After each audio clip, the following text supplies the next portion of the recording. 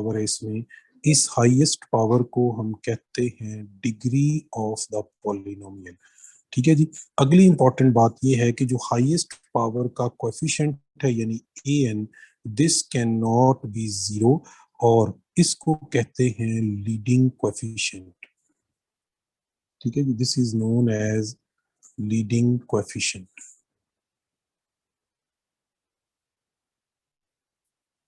ठीक है जी, यहां तक अगर बातें क्लियर हैं तो आगे चलते हैं।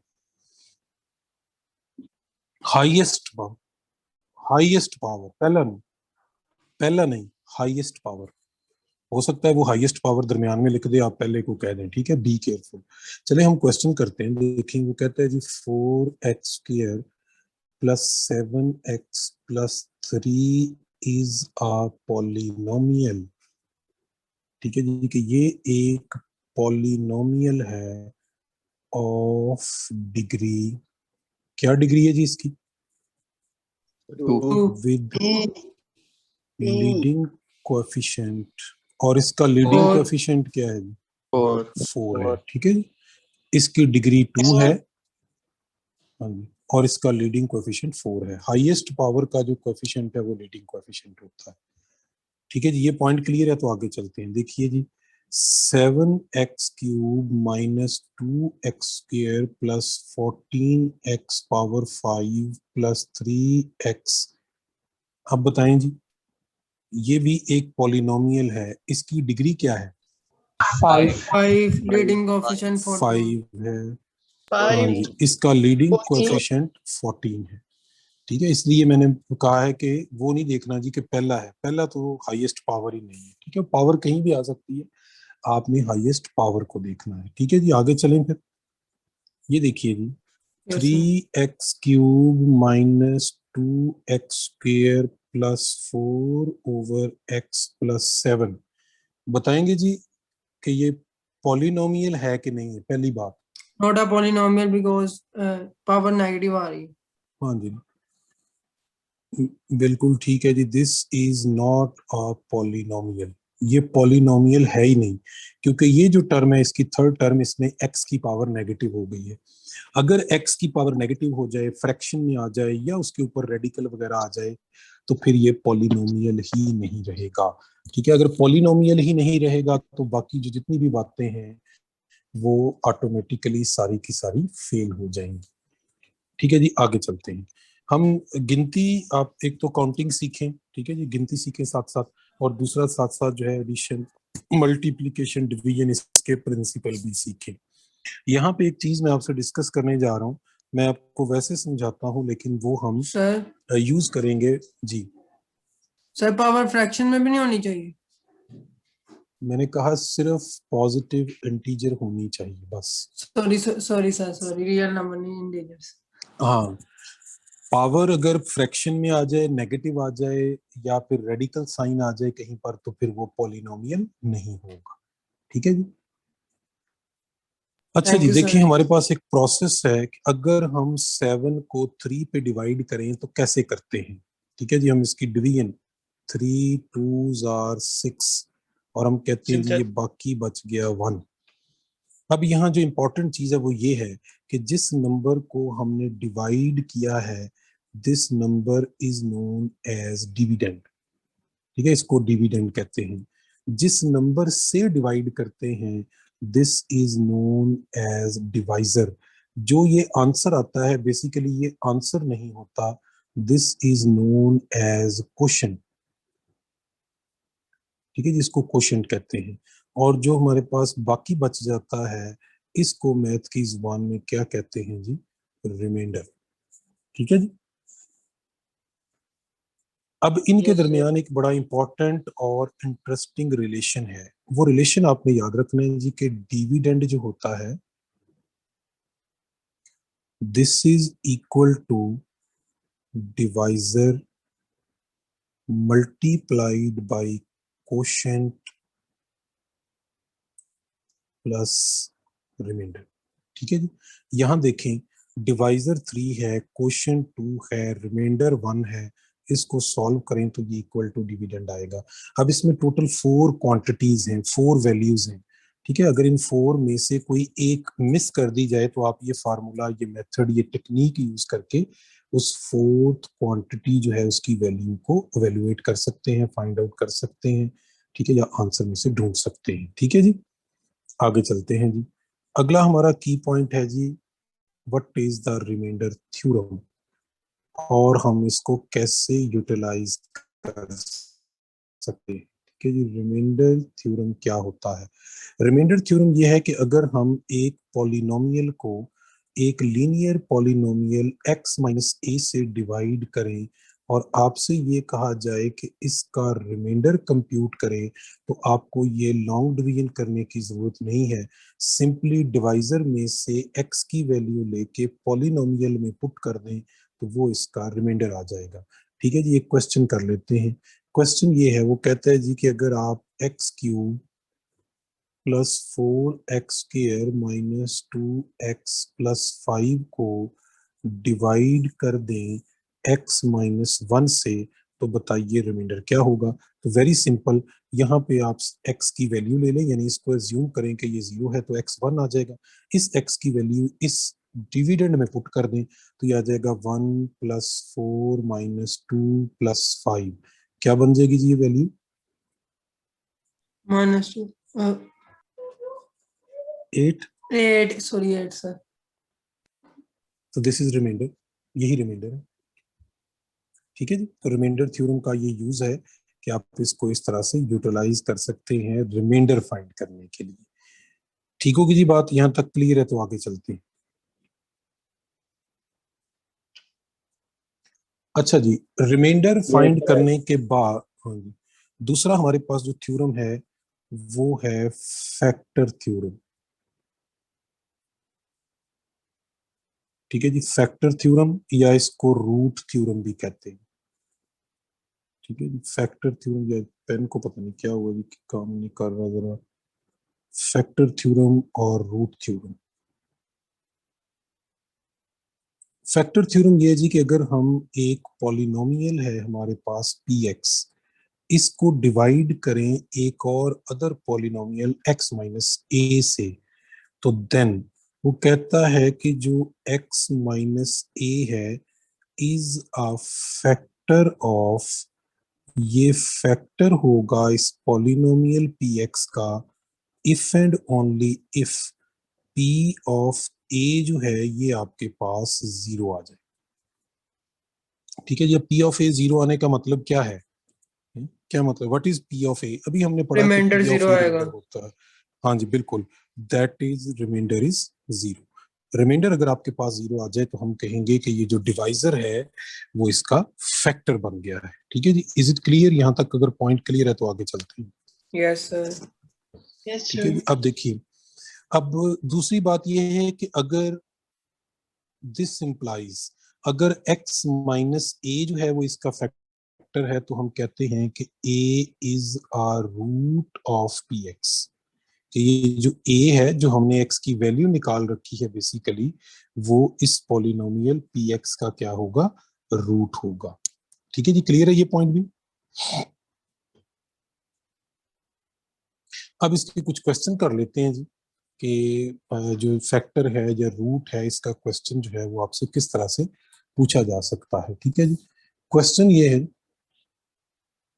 जी, बिल्कुल वही, वो x की वही वैल्यू, उसको अगर आप x माइनस ए की फॉर्म में लिखेंगे तो उसे कहेंगे कि फैक्टर है।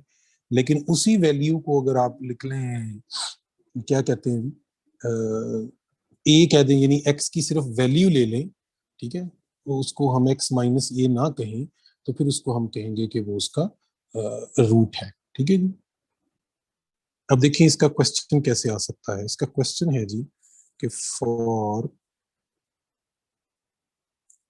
What value of k x minus 2 is a factor of 3x cube plus kx square plus 7x minus 1।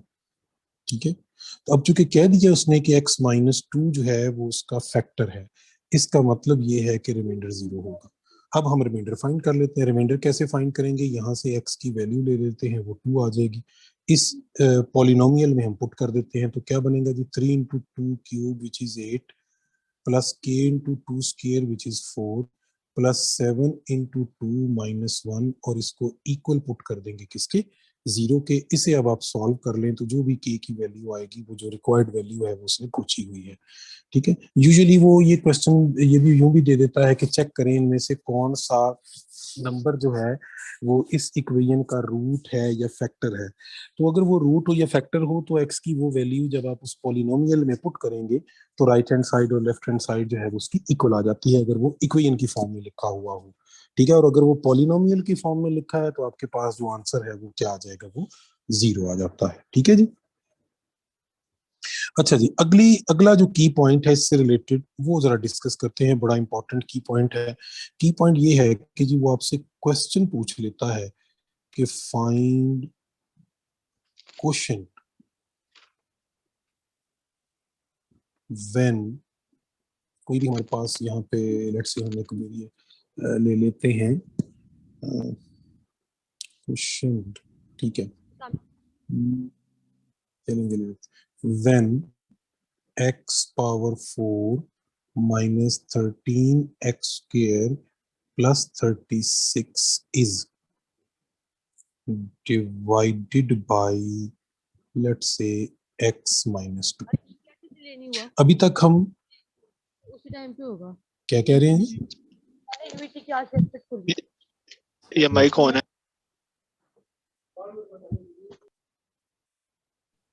किससे बातें कर रहे हैं जी? देखिए जी, सर ये इससे किसी पहले का माइक हमने, ऑन रह गया है। चले, इससे पहले हमने रिमाइंडर फाइंड किया था, अब उसने कहा है कि क्वोशंट फाइंड करें। क्वोशंट फाइंड करने के दो तरीके हैं, एक तो वो जो स्टार्ट में हमने डिवीजन की है लेकिन उसे लॉन्ग डिवीजन कहते हैं, वो जरा लेंथी प्रोसेस है। दूसरा एक मेथड जो क्विकली हमें क्वोशंट प्रोवाइड कर देता है वो है सिंथेटिक डिवीजन। ठीक है, जिस प्रोसेस को क्या कहते हैं, सिंथेटिक डिवीजन। सिंथेटिक डिवीजन कहती है कि आपके पास जो भी डिविडेंड है उसमें जो वेरिएबल्स हैं उसकी कोएफिशिएंट्स लिख लें।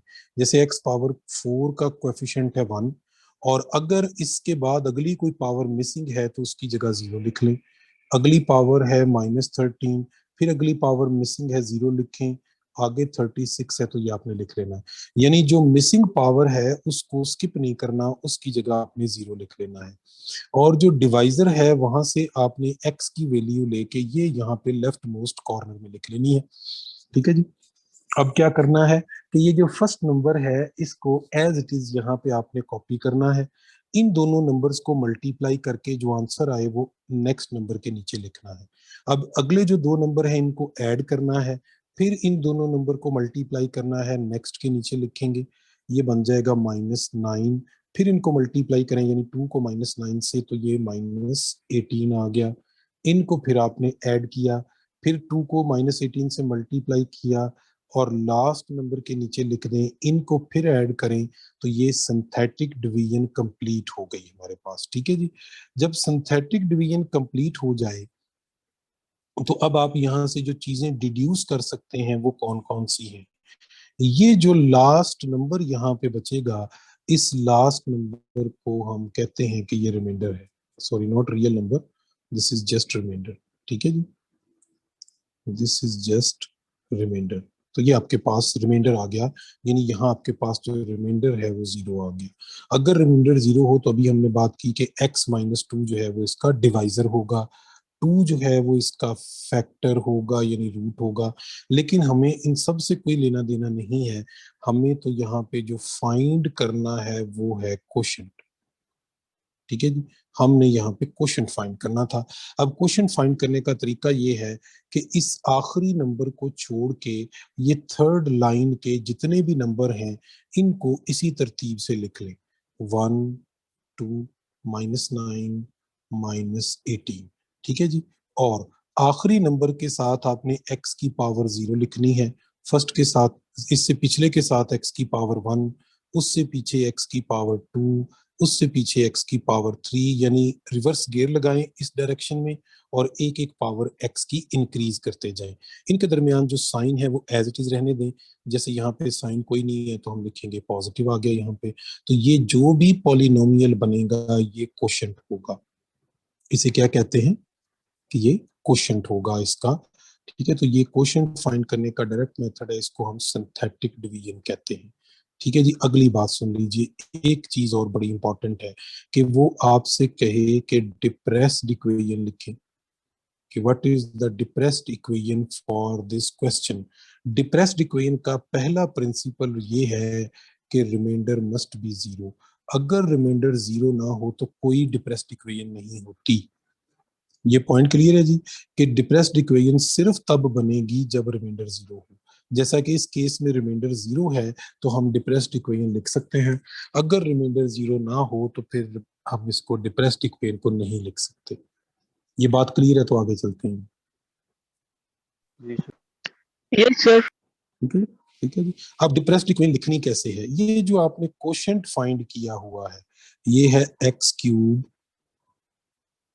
प्लस 2x² माइनस क्या है जी 9x माइनस 18। अगर इसको ऐसे ही लिखें तो ये कोशेंट है, इसको इक्वेशन बना दें यानी इक्वल टू जीरो कर दें तो ये डिप्रेस्ड इक्वेशन है।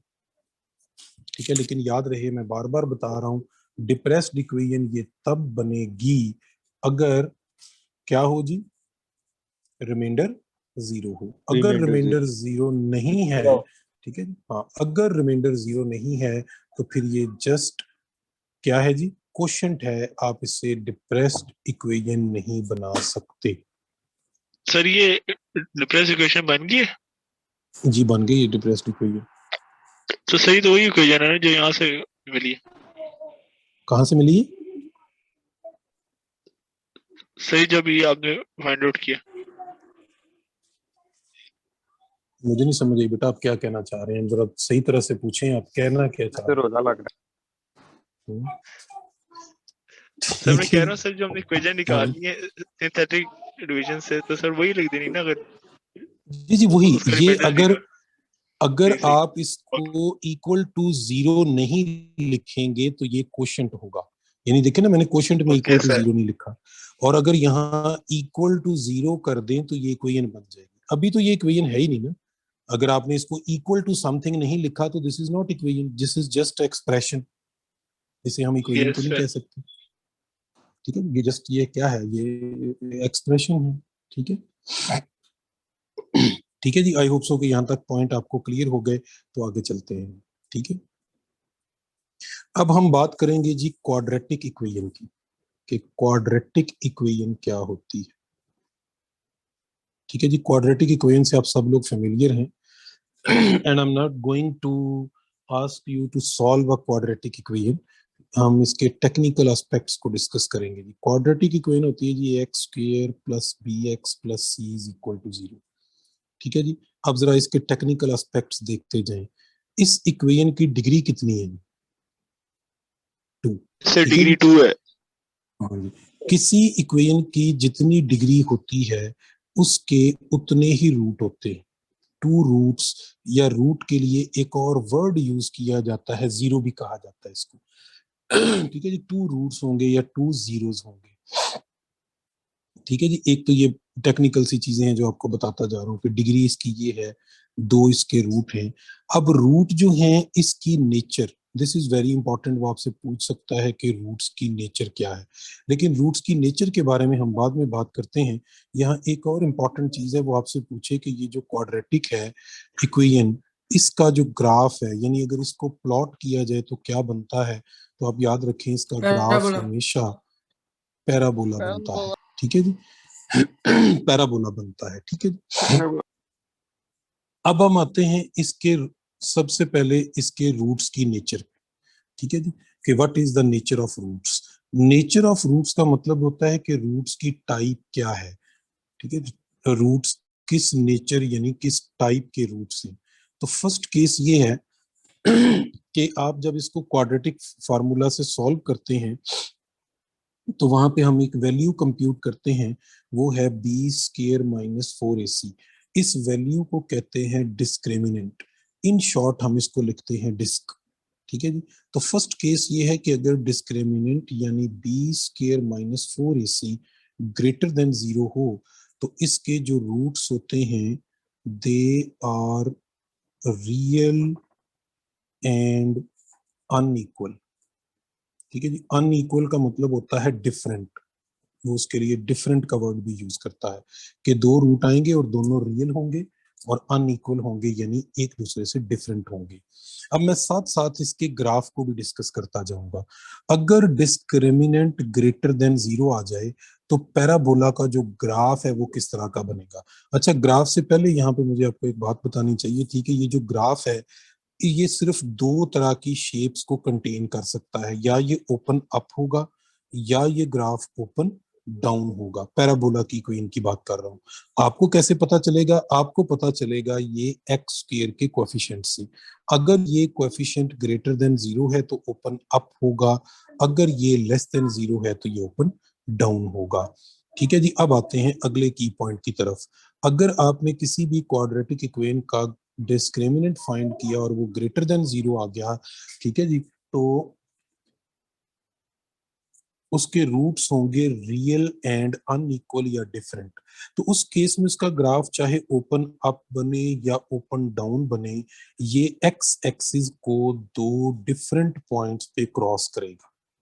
तो ओपन अप भी हो सकता है, डाउन भी, लेकिन एक्स एक्सिस को क्रॉस ये दो डिफरेंट पॉइंट के ऊपर करेगा। ठीक है, ये एक्स्ट्रा चीजें मैं आपको साथ साथ बता रहा हूँ।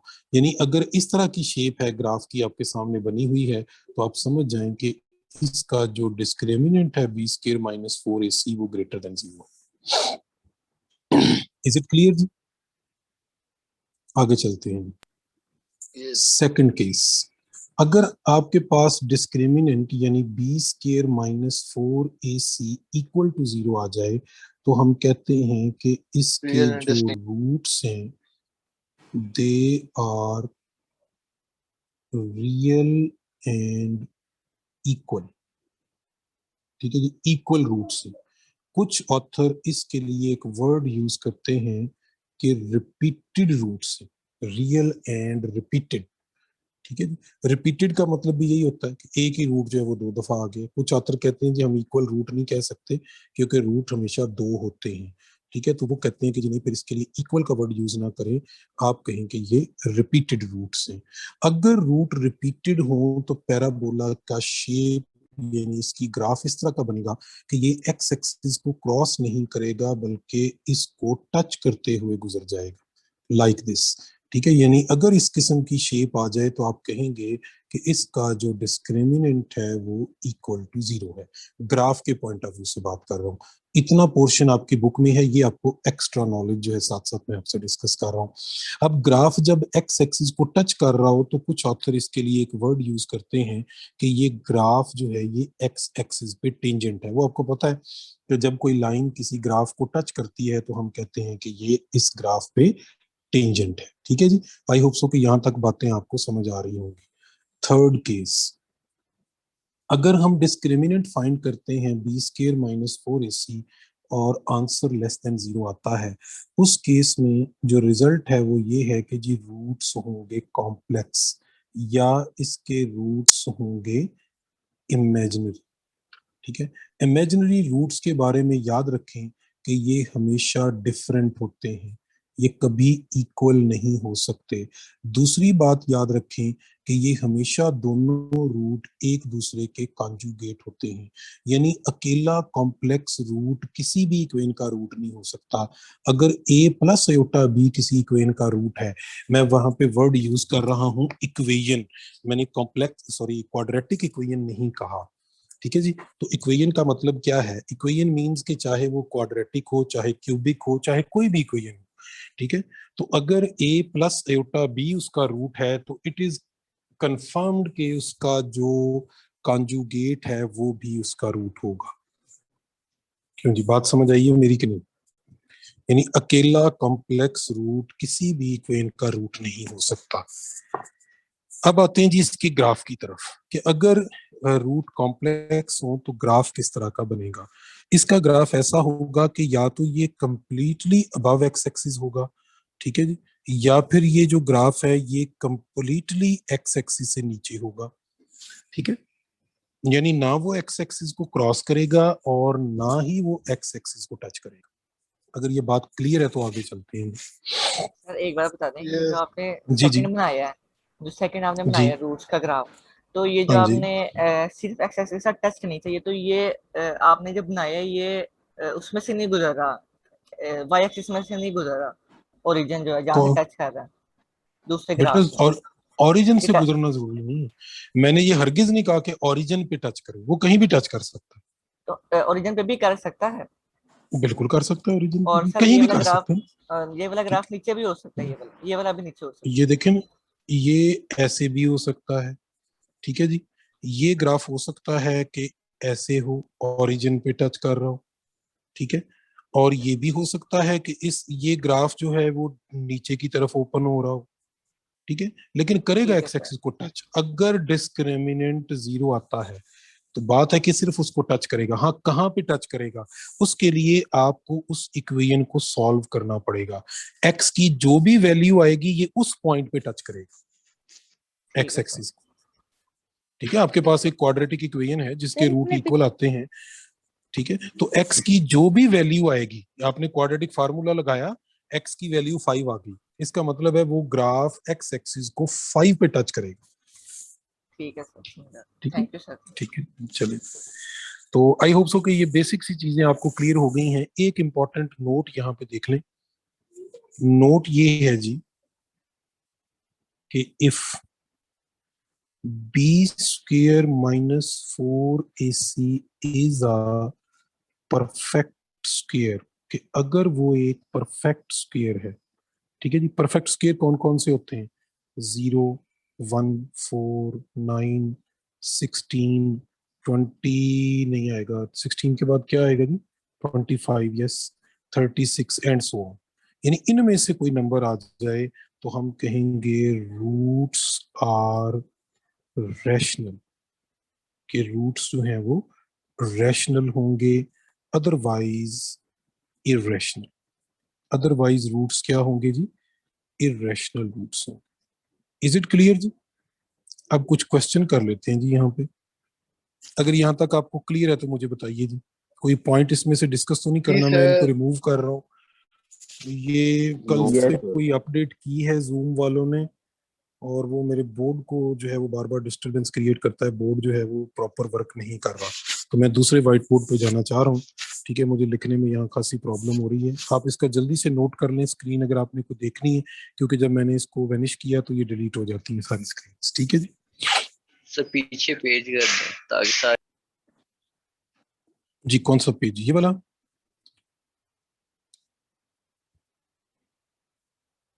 ठीक है जी,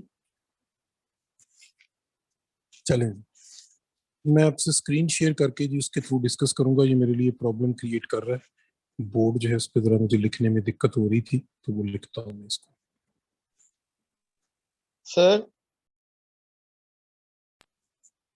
जी, तो देखिए एक क्वेश्चन करते हैं जी, सिंपल सा क्वेश्चन ये है जी कि वो कहता है कि the roots of 3x square plus 4x minus 2 is equal to 0 are. नीचे वो इनमें से कोई भी ऑप्शन दे देता है कि रियल हैं, डिस्टिंक्ट हैं, कॉम्प्लेक्स हैं, इक्वल हैं, क्या है। तो आप जल्दी से क्या करेंगे, इसका डिस्क्रिमिनेंट फाइंड कर लेंगे, B square minus 4ac, B यहाँ पे 4 है तो ये आ जाएगा 16 माइनस 4 इंटू ए इंटू सी, ये आ जाएगा आपके पास 16 प्लस 12 इंटू 2 कितना हुआ जी 24, so this is 40 which is greater than 0, तो हम कहेंगे रूट्स आर रियल, अनइक्वल, और क्या कहेंगे जी, इरेशनल। ये सारी पॉसिबिलिटीज इसके लिए ठीक है, इसके रूट्स रियल भी हैं, अनइक्वल भी हैं और इरेशनल भी, ठीक है जी, क्लियर है पॉइंट। और अगर उसने पूछा हो कि नीचे जो ग्राफ है वो इनमें से कौन सा हो सकता है, तो आप एक ऐसा ग्राफ ढूंढेंगे जो एक्स एक्सिस को 2 डिफरेंट पॉइंट्स पे क्रॉस कर रहा हो, ठीक है जी। आई होप सो कि ये पॉइंट आपको क्लियर हो गया होगा। एक क्वेश्चन और करते हैं, x square plus x plus 1 is equal to 0, वो कहे जी कि इसके रूट्स आर ऑप्शन आपको दे सकता है कि कई हैं। हम क्या करेंगे, हम इसका discriminant b square minus 4ac compute करेंगे, वो आएगा 1 स्केयर माइनस 4 इंटू 1, तो ये आ गया -3 विच इज लेस देन 0। ठीक है जी। अब इसके लिए ऑप्शन, पहली ऑप्शन अगर वो लिख दे कि रूट्स आर कॉम्प्लेक्स, बिल्कुल ठीक है। वो लिख दे रूट्स आर इमेजिनरी, बिल्कुल ठीक है। वो लिख दे रूट्स आर अनइक्वल, ये भी ठीक है, क्योंकि इमेजिनरी रूट हमेशा अनइक्वल होते हैं। वो लिख दे कि roots are conjugate of each other, ये भी ठीक है। There can be many options. ठीक है, तो कॉम्प्लेक्स नंबर्स के लिए ये सारी ऑप्शन जो हैं ये ट्रू हैं। इज दैट क्लियर जी? अगर ये बातें क्लियर हैं तो एक दो क्वेश्चन और कैसे पूछा जा सकता है। ठीक है, एक क्वेश्चन देखिए बेटा, पॉइंट अगर आपने बताने हैं तो फिर आपको इस क्वाड्रेटिक इक्वेशन को सॉल्व करना पड़ेगा। ठीक है, कर सकता है, बिल्कुल कर सकता है। तो उसके लिए क्या करना पड़ेगा, क्वाड्रेटिक इक्वेशन के रूट निकालने पड़ेंगे, यानी एग्जैक्ट वैल्यूज ऑफ एक्स आपको निकालनी पड़ेंगी। फिर आप देखेंगे कि हाँ जी ये जो इक्वेशन है ये एक्स एक्सिस को इन दो पॉइंट्स के ऊपर क्रॉस करती है। ठीक है,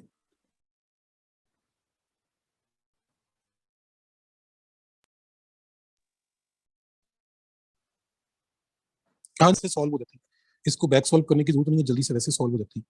ठीक है, देखिए for what value or values of alpha the equation alpha x square plus 4x minus 3 is equal to 0 has equal roots। अब अगर उसने इक्वल कह दिया ना तो रियल कहने की जरूरत नहीं है, क्योंकि रियल रूट ही इक्वल होते हैं, दूसरे रूट को इक्वल होते ही नहीं। ठीक है, तो आप क्या करेंगे, आप फौरन फाइंड करेंगे बी स्केयर माइनस 4ac और उसे 0 पुट कर देंगे, क्योंकि उसने खुद कह दिया है कि रूट्स आर इक्वल। तो क्या लिखेंगे जी, b square 16 minus 4 into alpha into -3 equal to 0। तो ये हो जाएगा 16 plus 12 alpha is equal to 0। This implies alpha is equal to -16/12। आप इसे सिंप्लीफाई करके -4/3 भी लिख सकते हैं। आई होप सो कि ये क्वेश्चन आपको क्लियर हो गया होगा। ठीक है जी, क्लियर है कि नहीं जी? Yes sir.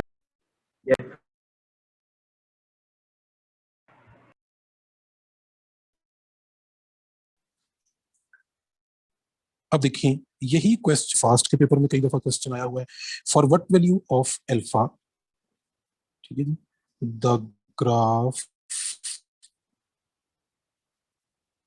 Of alpha x square plus 2x plus 16 is tangent to x axis. कि अल्फा की किस वैल्यू के लिए ये ग्राफ एक्स एक्सिस पे टेंजेंट है। एक्स एक्सिस पे टेंजेंट का मतलब ये है कि इसका डिस्क्रिमिनेंट क्या होगा, 0 होगा। ठीक है, वही बात है। ठीक है, लेकिन हम इसको ग्राफिकल पॉइंट ऑफ व्यू से देख रहे हैं। ठीक है, अब क्या करेंगे, same situation, 4 minus 4 into alpha into 16 is equal to 0। तो ये हो जाएगा 64 एल्फा इज इक्वल टू 4। तो एल्फा की वैल्यू आ गई 1/16। यानी सिचुएशन वही है, जस्ट क्वेश्चन की जो स्टेटमेंट है वो उसने चेंज कर दी। और ये क्वेश्चन जो है ये तकरीबन हर एंट्री टेस्ट में जरूर आता है कि for what value of alpha roots are equal. कहीं वो कहेगा कि जो पैराबोला है वो tangent to the x axis है, कहीं वो कहेगा कि पैराबोला एक्स एक्सिस को टच करके गुजर जाता है, तो बताएं अल्फा बीटा गामा डेल्टा की वैल्यू क्या है। आई होप सो कि ये की पॉइंट्स आपको क्लियर हैं, तो आगे चलते हैं। ठीक है,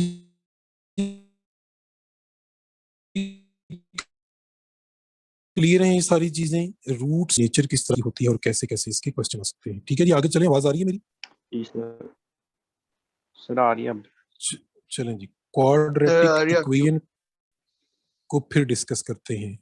अगर हम देखें a x square plus b x plus c is equal to 0 को, तो अभी हमने बात की कि इसके 2 रूट्स होते हैं। अब वो आपसे कह सकता है कि इन रूट्स का सम बताएं, यानी what is the sum of roots. तो विदाउट फाइंडिंग आप सम ऑफ रूट बता सकते हैं। इसका फार्मूला क्या होता है जी, -b/a। ठीक है, ये आपने पढ़ा हुआ, मैं जल्दी से रिवाइज करूंगा। और वो आपसे पूछ सकता है कि जी प्रोडक्ट ऑफ रूट्स बताएं, तो वो आप कहेंगे जी हमें पता है वो c/a होता है। वो आपसे पूछ सकता है कि डिफरेंस ऑफ रूट्स बताएं। क्यों जी, डिफरेंस ऑफ रूट्स पढ़ा है कभी? नहीं पढ़ा। Yes, sir. मैं आपको बताता जी हूँ, सर, इसका फार्मूला है सम square square minus 4b। -4p और इसका स्क्वायर रूट। ठीक है जी, क्वेश्चन कर लेते हैं। हाँ जी, 3x² + 4x - 9 is equal to 0। वो आपसे कहे इसका सम ऑफ रूट्स बताएं, तो ये b है, ये a है, तो -b/a ये सम आ जाएगा। वो आपसे कहे इसका प्रोडक्ट बताएं, तो वो आ जाएगा -9/3, दैट इज -3। ठीक है जी, वो आपसे कहे कि इसके रूट्स का डिफरेंस बताएं, तो डिफरेंस आप कैसे बताएंगे, square root of sum square, ये इसका सम है, इसका स्क्वायर ले लें, 16/9 माइनस कर दें 4 टाइम्स प्रोडक्ट को मल्टीप्लाई करके, तो वो 4 + 12 हो जाएगा। इसको सिंप्लीफाई कर लें, सॉरी 16/9 + 12 हो जाएगा। ठीक है, इसको सिंप्लीफाई करने you will get your answer. ठीक है जी, ये पॉइंट क्लियर है यहाँ तक, सम ऑफ रूट्स और प्रोडक्ट ऑफ रूट्स। ये 12 किस तरह है? एक क्वाड्रेटिक इक्वेशन का आप कैसे फाइंड कर सकते हैं? अगर ये क्लियर है तो आगे चलते सर ये 12 किस तरह है? हैं। सिंपल से फॉलो आपसे। ठीक है जी, जैसे एक क्वेश्चन है जी, बोलिए जी।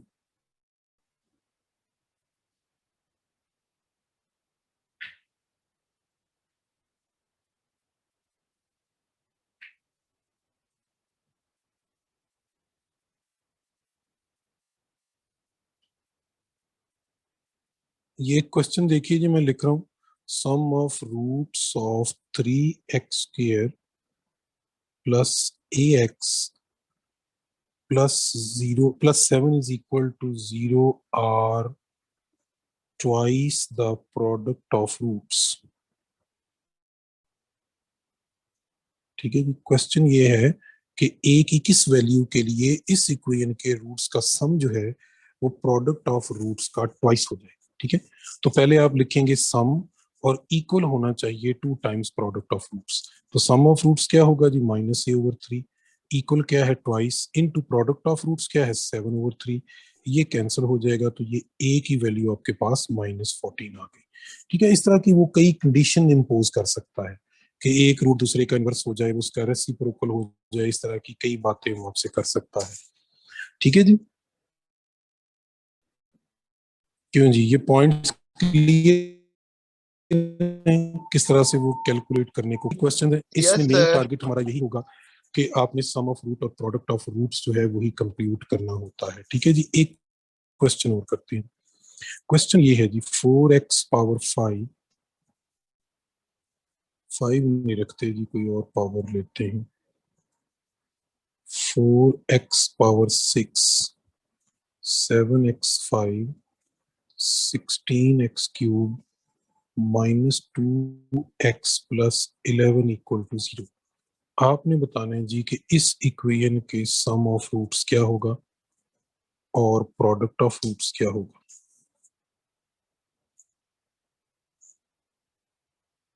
जी, अब देखें, ये क्वाड्रेटिक इक्वेशन नहीं है, -7/4। ये क्वाड्रेटिक इक्वेशन नहीं है। परेशानी की बात होती है जी कि क्वाड्रेटिक इक्वेशन नहीं है तो क्या करें। ठीक है जी, तो इसका रूल ये है, सुन लें, कि जो सम ऑफ रूट है उसका फार्मूला वही है जो क्वाड्रेटिक इक्वेशन का है, -b/a। सिर्फ आइडेंटिफाई आपने करना है कि a क्या है और b क्या है और c क्या है। ठीक है, अब जरा मैं जनरलाइज्ड फॉर्म में बता रहा हूँ। क्वाड्रेटिक इक्वेशन में a क्या होता है जी, क्वाड्रेटिक इक्वेशन में a किसको कहते हैं? सर ए होती है हाईएस्ट वो पावर। हाईएस्ट डिग्री के साथ कोफिशिएंट होता है। Coefficient of highest power. ठीक है, b होता है coefficient of next smaller power, c कहते हैं कांस्टेंट। तो सम ऑफ रूट्स क्या होगा जी, -b/a -7/4। प्रोडक्ट ऑफ रूट्स क्या होगा जी, c/a यानी 11/4। ठीक है जी, समझ आ गई बात की कि नहीं आई समझ? Yes. Yes, sir. चलिए, अब यहाँ पे एक टेक्निकल पॉइंट है, मैं वो आपको जरा समझ लीजिएगा।